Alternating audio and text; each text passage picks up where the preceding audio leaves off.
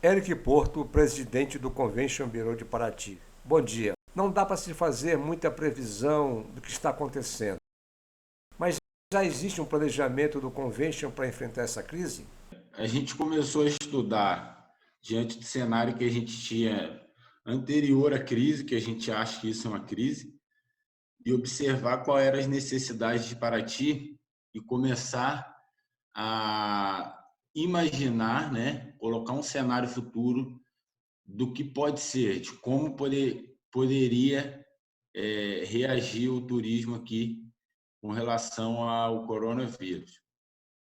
O primeiro passo que a gente deu foi buscar informação com o Estado, né? A gente tem um link muito próximo aí com o secretário de Estado de Turismo do Estado, Otávio Leite, né? Primeiro a gente sondou com ele quais as necessidades que a gente objetivava aqui, que seria interessante para o município, talvez para o Estado também, ações de fiscalização e ordenamento, mas principalmente ações de marketing, buscando um público que a gente acha futuro, que vai começar a consumir primeiro, que é o público brasileiro mesmo. Mas é aquilo, Domingos, assim como a gente que está caminhando no escuro, eles também estão caminhando meio que no escuro, porque ninguém se preparava para uma questão como essa, de uma pandemia.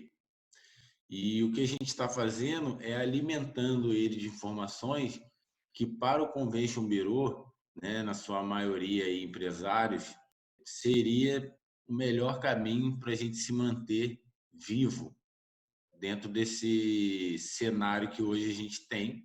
Eu acho que ninguém está pensando em turismo nesse momento, né? A pessoa não está pensando em viajar, né? Essa é a verdade.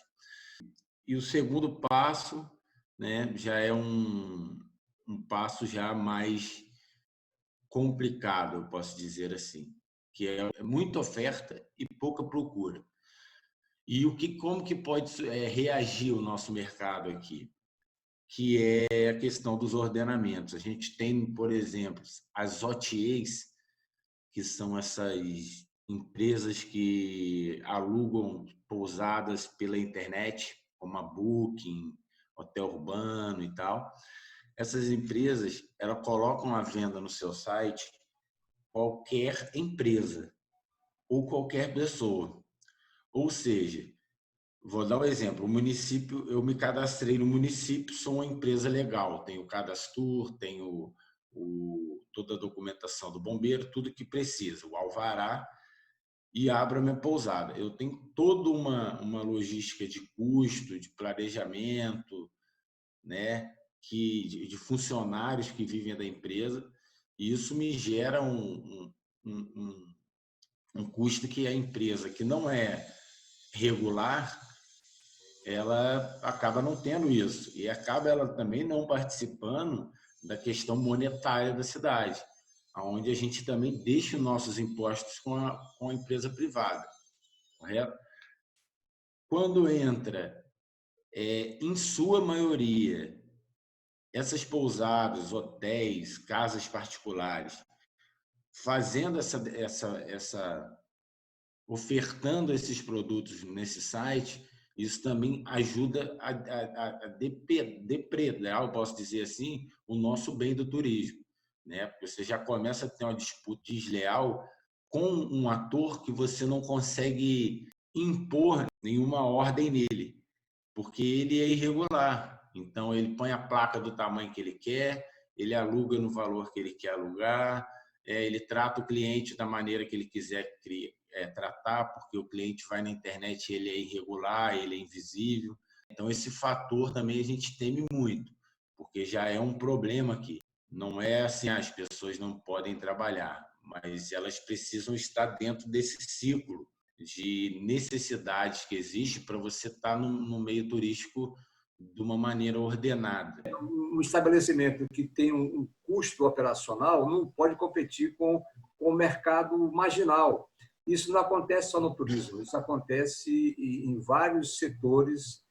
Além da disputa, é a prostituição do próprio turismo, né? Do cara saber, porra, eu entro na Booking 9 de janeiro, 20 de fevereiro, tem 1.200 pousadas sendo vendidas ali. Com valores que, infelizmente, é uma oferta que traz uma procura de um público que não é bom para a gente também.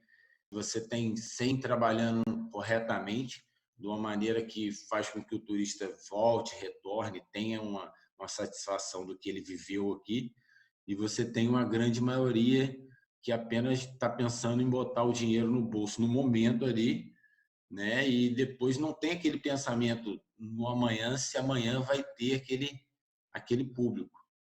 Talvez até pela cidade ter uma demanda muito boa, né? As pessoas também não pensem muito nisso. A gente nunca passou por uma tragédia no turismo. Então, nesse período, eu fico assim pensando como é que nós vamos apoiar as nossas empresas dentro do município, principalmente que a nossa economia basicamente hoje é o turismo, né? Todos, acho que os empresários, talvez os políticos também, né?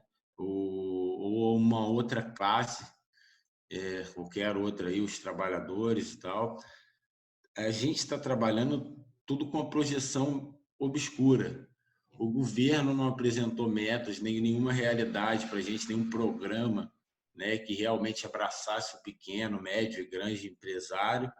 Né? A gente não tem nada, não existe ainda, existe uma demanda com questão de funcionários, um empréstimo mínimo aí para 3 meses, de uma MP que foi votada agora, mas assim, inicialmente o nosso trabalho é projetar em cima de outras coisas que aconteceram, né, e entender um pouco como pode ser, mas a gente trabalha no escuro, como você disse. É um campo de imaginário de indecisões, né? Pode ser um mês, pode ser 2 meses e pode ser 3 meses. Isso é uma coisa, né? Isso já traz para a gente não um balde de água fria, mas é ter que pensar muito mais no que pode ser feito, porque não é qualquer coisa que vai fazer efeito diante de uma crise que ela está atingindo o mundo. Isso para a gente reflete em Paraty, pelo fato da gente receber muito turista estrangeiro, é um dos principais destinos de turista estrangeiro do Brasil. Com esta crise, agora vamos poder rediscutir melhor a economia do município, buscando alternativa para um turismo profissional e sustentável?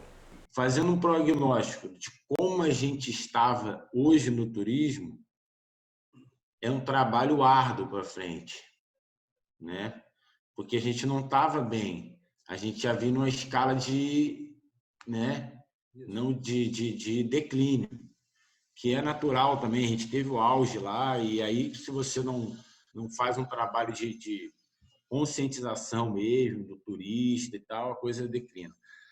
E a gente agora precisa, né, embasar no que a gente estava vivendo para imaginar como pode ser e tomar as medidas, né? E apresentar talvez essas medidas ao poder público, que muitas vezes também não tem tempo para segurar toda essa questão e também às vezes não é tão profissional quanto a gente imagina, né? Eu estou dando um exemplo não só do município, mas de qualquer outro âmbito.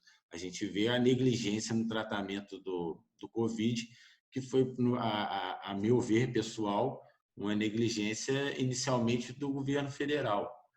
Porque se o governo federal tivesse tomado uma atitude, hoje não estava esse confronto, até porque você precisa ainda reafirmar que a situação é complicada.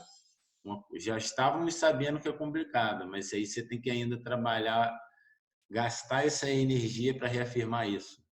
Eric, obrigado pela sua participação no Fala Comunidade. Finalizando, o que você conclui sobre isso tudo? Existe aquelas falas, né, de que na crise surge as boas ideias e tal. Sim, sim, eu concordo com isso. E ela surge daí. Ela surge dessa convergência de pensamentos e essas conversas, né, que elas já acabam abrindo um pouco a nossa cabeça, às vezes, por algum caminho que eu não pensei, você pensa, né? Aí alguém da agenda pensa, e essa coisa vai criando corpo. e a gente vai conseguindo, com o mínimo de informação, poder tomar uma decisão, porque a gente parou e refletiu sobre o assunto.